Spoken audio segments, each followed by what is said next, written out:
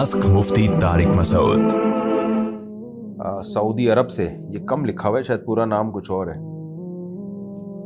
Saudi अरब से किसी ने पूछा, अगर कोई शख्स अपने वालिद की ज़मीन पर घर बनाए और अपने अहले खाना यानी बीवी और बच्चों के साथ वहाँ क़याम करे, वालिद ज़िंदा हों और उनकी मर्ज़ी से घर बना हो, कुछ अरसे बाद या 10 साल के बाद इसके वालिद का इंतकाल हो जाए, इसके वालिद का इंतकाल विरासत की तकसीम के बग़ैर हुआ। अब मैं जानना चाहता हूँ कि जो घर इसके बेटे ने बनाया है, इस घर के बारे में क्या मसला है? इसको विरासत में शामिल किया जाएगा या घर विरासत से खारिज हो जाएगा? देखें, जिस शख्स ने घर बनाया, घर का मालिक वो है।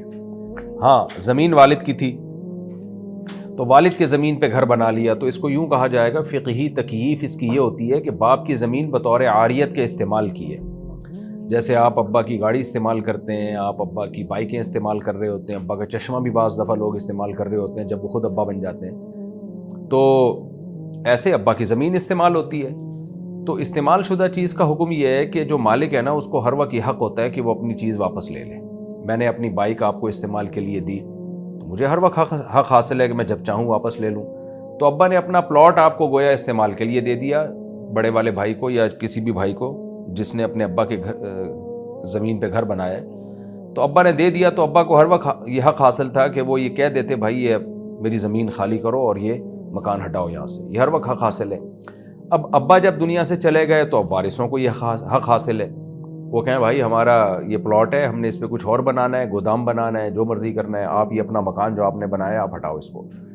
तो उसूली तौर पर तो मसले का जवाब ये है, लेकिन ज़ाहिर है इसमें बड़ा नुकसान होता है। जिसने घर बनाया और ख़ास तौर पर गसब थोड़ी किया, उसने तो इजाज़त से बनाया, तो उसका नुकसान होगा कि आप प्लॉट उसको खाली करने का हुक्म दें। तो इसलिए हम बीच की सूरत बताते हैं कि भाई अब कर ये लें कि उस घर की जो कीमत लगा के उसको विरासत में शामिल कर लें, या कम से कम जितना ख़र्चा उस बंदे का हुआ है ना उस घर की तामीर में, वो ख़र्चा उस लड़के को दे दें और ये घर जो है विरासत में शामिल कर लें। यानी विरासत ही के माल से, जो विरासत का माल है ना, उसमें स्पेसिफिक कीमत दे दें उसको, भाई ये तुमने घर बनाया था ना, इतने का बना था, ये लो पैसे, और ये घर अब विरासत के माल में शामिल हो गया और अब पूरे को हम विरासत के हिसाब से तकसीम करेंगे।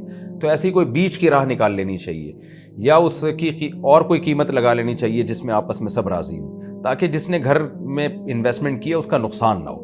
तो ये अखलाकियात की बात बता रहा हूँ। शरई मसले की बात तो यही है कि नीचे वालों को जो जिनका प्लॉट है ना, सब वारिसों का प्लॉट है, उनको ये हर वक्त हक़ हासिल है, वो कह दें कि भाई ये अपना पूरा जो है ना तामीर हटाओ यहाँ से। तो ज़ाहिर है इसमें ना उनका फ़ायदा है ना इनका फ़ायदा, तो मसला तो यही है। लेकिन बीच की राह इख्तियार करनी चाहिए। कुछ अखलाकियात भी होती हैं कि उस बेचारे का तो बेड़ा गर्क हो जाएगा, इतने पैसे लगा दिए उसने।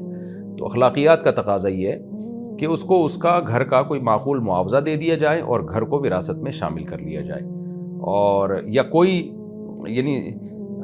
शख्स अगर ख़रीदेगा ना, तो उसके लिए भी फिर यही मसला होगा ना कि जो प्लॉट के मालिक हैं उनको ये हर वक्त हक़ हासिल होगा कि उसको हटाने का हुक्म दे दें। तो इसलिए उसको विरासत में शामिल कर लिया जाए। तो विरासत के माल से ख़रीद के उसको स्पेसिफिक अमाउंट देकर उसको विरासत में शामिल कर लें सबकी रज़ामंदी से। तो उससे क्या होगा कि भाई वो सबका घर हो जाएगा और फिर उसमें वही विरासत के हकाम जारी हो जाएंगे।